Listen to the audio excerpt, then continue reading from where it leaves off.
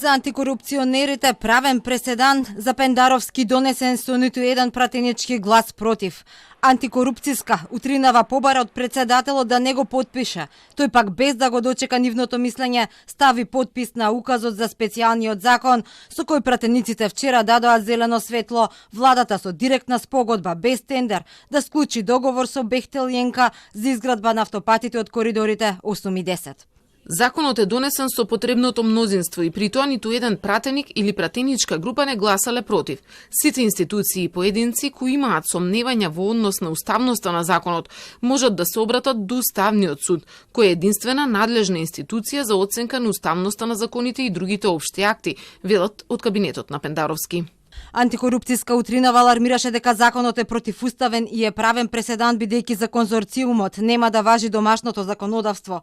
Предупредија дека има висок ризик од корупција и судир на интереси, а правните празнини во него дека отвараат пат за политичко влијание и тргување со моќ.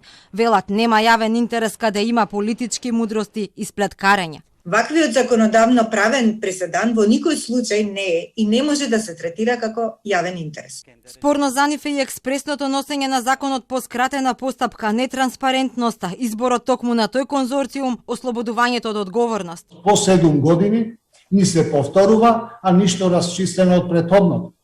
Автопатот Кичево-Охрид веќе никој не знае кога ќе се заврши и што ќе се случи.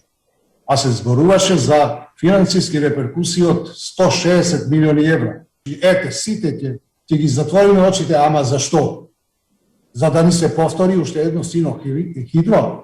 Ивановска утринава кажа дека има чувство дека во борбата против корупцијата се сами. Очекуваше Пендаровски да не стави потпис како што постапи со легализацијата на дивоградбите.